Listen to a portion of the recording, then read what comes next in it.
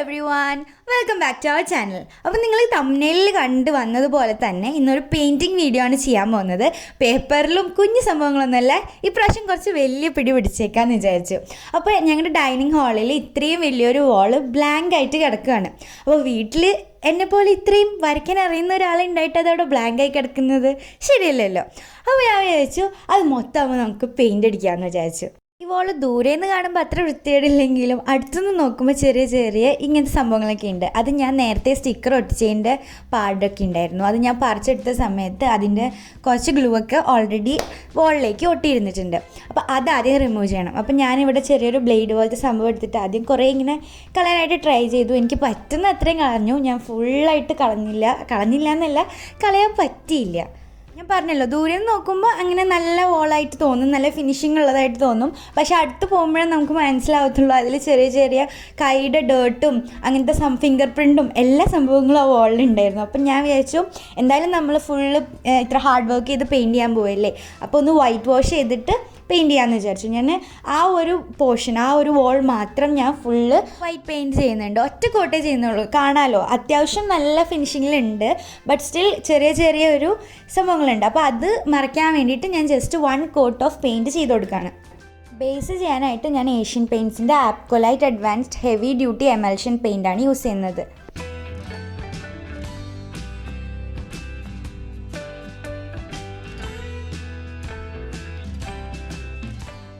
എനിക്ക് മൊത്തം അതിൽ കളർഫുൾ പെയിൻറ്റും പിന്നെ ബ്ലാക്ക് വെച്ച് ഔട്ട്ലൈൻ ചെയ്തത് അതൊന്നും അല്ല എനിക്ക് ടഫായിട്ട് തോന്നിയിട്ടുണ്ടായിരുന്നത്. ഈ ബേസ് പെയിൻറ്റ് അടിക്കാനായിട്ടാണ് എനിക്ക് ഏറ്റവും കൂടുതൽ ഹെക്ടിക് ജോബായിട്ട് തോന്നിയത്. കാരണം ഇത്രയും വലിയ ഹ്യൂജ് വോളിനെ ഞാൻ ഒറ്റയ്ക്ക് ഒരാളിൽ നിന്ന് അടിക്കുക പറഞ്ഞു കഴിഞ്ഞാൽ എന്ന് വെച്ചാൽ ഭയങ്കരമായിട്ട് ടഫായിട്ടുള്ളൊരു സംഭവമാണ്. അപ്പം ഞങ്ങൾ ഫുൾ ഫാമിലി ആയിട്ട് തന്നെ പെയിൻറ്റിങ്ങിന് ഇറങ്ങേണ്ട അവസ്ഥയായി. അപ്പം നീയയും പപ്പിയും അമ്മയും എല്ലാവരും കൂടെ ഒന്ന് ഒത്തുപിടിച്ചപ്പോഴാണ് ആ ബേസ് പെയിൻറ്റ് കംപ്ലീറ്റ് ആയത്.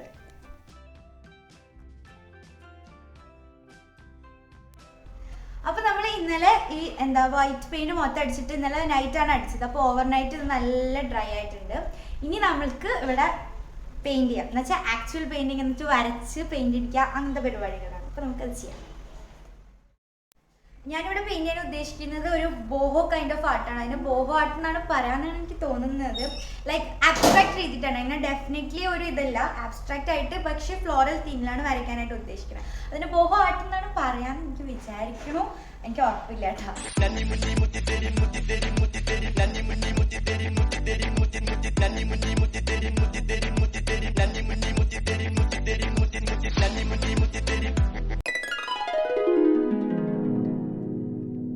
അപ്പം നമ്മളെല്ലാം വരച്ചിട്ടുണ്ട്. ഞാൻ ബേസ് മാത്രമേ വരച്ചിട്ടുള്ളൂ, ഫ്ലോറൽ ഡിസൈൻസ് വരച്ചിട്ടില്ല. ബാക്കിലത്തെ മാത്രമേ ഞാൻ വരച്ചിട്ടുള്ളൂ. അപ്പം അതാദ്യം നമുക്ക് പെയിൻറ്റ് ചെയ്യാം. എന്നിട്ട് അതിൻ്റെ ശേഷമാണ് അതിൻ്റെ മുകളിൽ നമ്മൾ ചെയ്യാൻ പോകുന്നത്.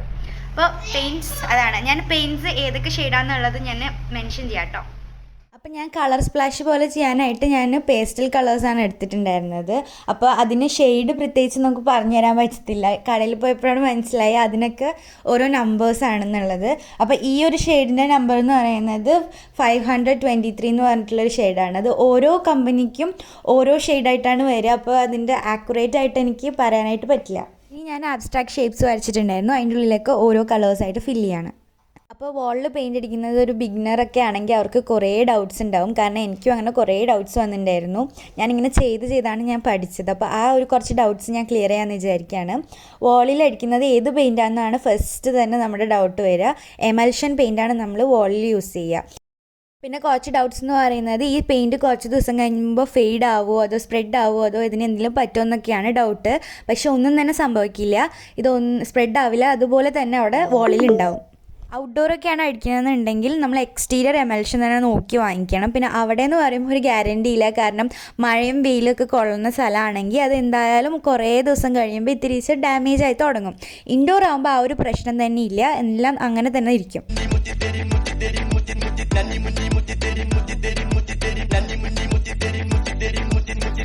സോ ഇത് നെക്സ്റ്റ് ഡേ ആണ്. ഇന്നലെ നൈറ്റ് അല്ല, ഒരു ഈവനിങ് ആയപ്പോഴത്തേക്കും തുടങ്ങിയിട്ട് നൈറ്റൊക്കെ ആയപ്പോഴേക്കാണ് തീർന്നത്. ഞാൻ ആകെ ഒരു കളർ അടിച്ചുള്ളൂ. അത് കഴിഞ്ഞിട്ട് ഇന്നാണ് ഇനി നെക്സ്റ്റ് കളർ. ഞാൻ വിചാരിക്കുന്നുണ്ട് ബ്ലൂ ഷെയ്ഡ് പോലത്തെ ഒരു കളർ ഉണ്ട്. ഞാൻ അതിൻ്റെ ഷെയ്ഡ് ശരിക്കും എന്താണെന്ന് ഞാൻ മെൻഷൻ ചെയ്യാം. ഷെയ്ഡ് കിട്ടിയില്ലെങ്കിൽ നമ്പറെങ്കിലും ഞാൻ മെൻഷൻ ചെയ്തേക്കാം കേട്ടോ. അപ്പോൾ അതാണ് ഇന്ന് അടിക്കാൻ പോകുന്നത്. ഇന്നലെ എനിക്ക് ആകെ ഒരു കളറേ ഫിനിഷ് ചെയ്യാൻ പറ്റുള്ളൂ, കാരണം ഞാൻ ഭയങ്കര സ്ലോ ആയിരുന്നു. സ്ലോ മാത്രമല്ല, നമ്മൾ അത്രയും വലിയ പ്രോജക്റ്റൊക്കെ ചെയ്യുമ്പോൾ നമ്മൾ പെർഫെക്ഷൻ ആയിട്ട് ചെയ്യണ്ടേ. അപ്പോൾ ഞാൻ ഒരു കളർ മാത്രമേ അടിച്ചുള്ളൂ. അപ്പോൾ അത് ഇന്നായപ്പോഴത്തേക്ക് നല്ലോണം ഡ്രൈ ആയിട്ടുണ്ട്. പക്ഷേ കുറച്ച് ഇംപെർഫെക്ഷൻസ് ഉണ്ട്. അപ്പോൾ അതിന് രണ്ടാമത്തെ ഒരു കോട്ടും കൂടെ അടിച്ചു കൊടുക്കണം. അത് കൂടാണ്ട് വേറെ കുറച്ച് ഏരിയാസും കൂടെ ഫില്ല് ചെയ്യാനുണ്ട്. അടുത്തത് ഞാൻ ഈ ഷെയ്ഡാണ് യൂസ് ചെയ്യുന്നത്. ഇതൊരു ബ്ലൂയിഷ് കൈൻഡ് ഓഫ് ഷെയ്ഡാണ്. ഈ ഷെയ്ഡിൻ്റെ നമ്പർ 9473 ആണ്.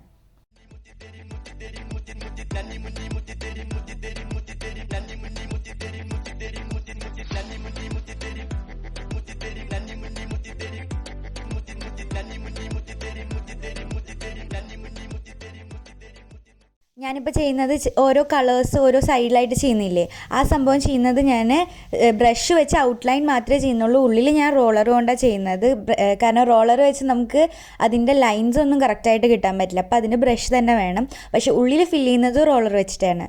അതായത് ഫിനിഷിങ് കിട്ടാൻ വേണ്ടിയിട്ടാണ് അങ്ങനെ ചെയ്യുന്നത്. ടോട്ടലി ഞാൻ 3 കളേഴ്സാണ് കേട്ടോ ഫില്ല് ചെയ്യുന്നത്. അപ്പോൾ ഞാൻ ഇന്നലെ 1 കളർ ഫില്ല് ചെയ്തു. ഇന്ന് വേറൊരു കളർ കൂടെ ഫില്ല് ചെയ്യണം എന്ന് വിചാരിക്കുന്നുണ്ട്. പിന്നെ മേ ബി നാളെ ആയിരിക്കും ഞാൻ വേറെ കളർ ഫില്ല് ചെയ്യുക, അല്ലെങ്കിൽ എനിക്ക് പറ്റുകയാണെങ്കിൽ ഞാൻ ഇന്ന് തന്നെ തീർക്കും. അപ്പം നമ്മൾ 2 ഷെയ്ഡ് അടിച്ച് കഴിഞ്ഞിട്ടുണ്ട്. ഇനി 3ാമത്തെ ഷെയ്ഡ് അടിക്കണം. അപ്പോൾ ഈ 2 ഷെയ്ഡ് എനിക്ക് ഏകദേശം ഡാർക്കായ പോലെ തോന്നി.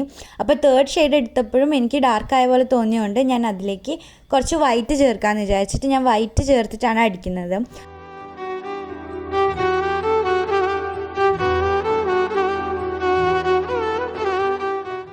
ഇങ്ങനെ വലിയ സ്ഥലത്തൊക്കെ ഫുൾ ബേസായിട്ട് വൈറ്റൊക്കെ ചെയ്യുന്ന സമയത്ത് നമ്മൾ ബ്രഷ് കൊണ്ട് ചെയ്യാനായിട്ട് നോക്കരുത്. കാരണം ബ്രഷ് വെച്ച് ചെയ്ത് കഴിഞ്ഞാൽ നമുക്ക് ആ ഒരു ഫിനിഷിങ് കിട്ടത്തില്ല. റോളർ യൂസ് ചെയ്യാന്നുണ്ടെങ്കിൽ നല്ല ഫിനിഷിങ്ങോട് തന്നെ നമുക്ക് വോള് കിട്ടും.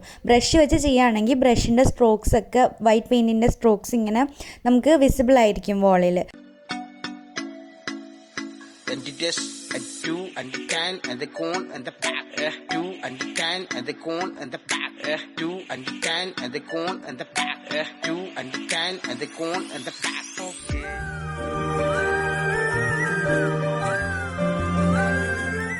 അപ്പോൾ നമ്മുടെ ബേസ് എല്ലാ പെയിന്റും നമ്മൾ ചെയ്ത് കഴിഞ്ഞിട്ടുണ്ട്. ഇനി അടുത്ത പണി എന്ന് പറയുമ്പോൾ ഇതാണ് മെയിൻ പണി. ഇത് ബാക്ക്ഗ്രൗണ്ടിലായിട്ട് വരുന്ന കളേഴ്സാണ് ഇത്. ഇപ്പം ഞാൻ പറയുമ്പോൾ നിങ്ങൾക്ക് ശരിക്കും ക്ലിയർ ആവില്ല, ഞാനത് ചെയ്ത് കാണിക്കുമ്പോൾ നിങ്ങൾക്ക് കൂടുതൽ ക്ലിയർ ആവും. അപ്പോൾ ആദ്യം തന്നെ നമ്മൾ ബാക്ക്ഗ്രൗണ്ടിൽ വൈറ്റ് പെയിന്റ് വെച്ചിട്ട് എല്ലാ ഡേർട്ടും കളഞ്ഞു. അത് കഴിഞ്ഞിട്ട് നമ്മൾ അബ്സ്ട്രാക്റ്റ് ആയിട്ട് കുറച്ച് കളേഴ്സ് യൂസ് ചെയ്തിട്ട് അബ്സ്ട്രാക്റ്റ് ആയിട്ട് ഡിസൈൻ വരച്ചു. ഇനി അടുത്ത സ്റ്റെപ്പ് എന്ന് പറയുന്നത് ഇവിടെ floral sketch ചെയ്യാന്നുള്ളതാണ്.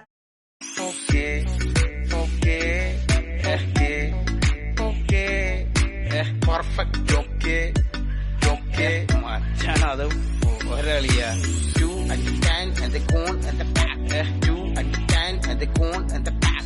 Okay. No.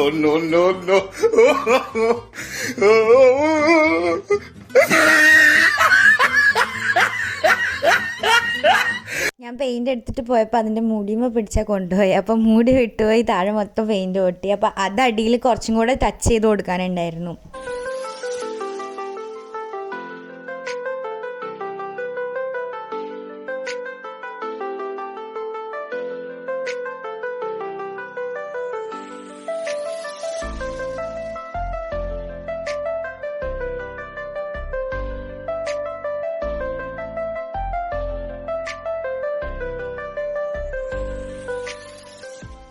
Nani muti teri muti teri muti teri nani muti teri muti teri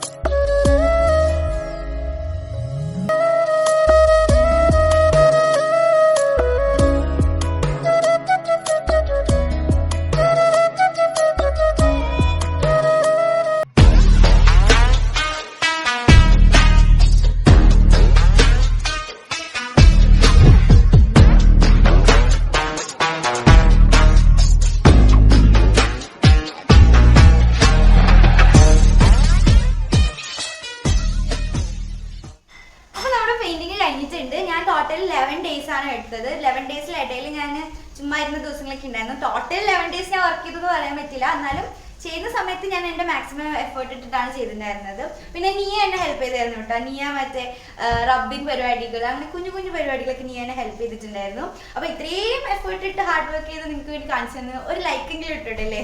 അപ്പോൾ please subscribe, share, like and comment. അപ്പോൾ വീണ്ടും അടുത്ത വേറൊരു വീഡിയോ ആയിട്ട് വരാം. ബൈ.